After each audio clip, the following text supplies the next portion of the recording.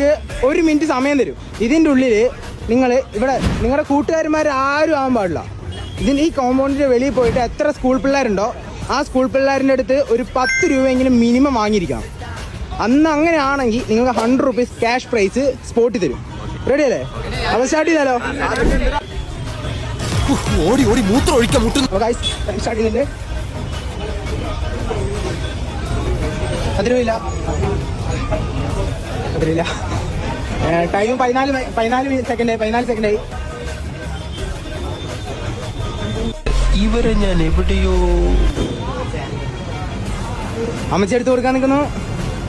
10 രൂപ ഉണ്ടാവും അമ്മച്ചി. 27 സെക്കൻഡായി.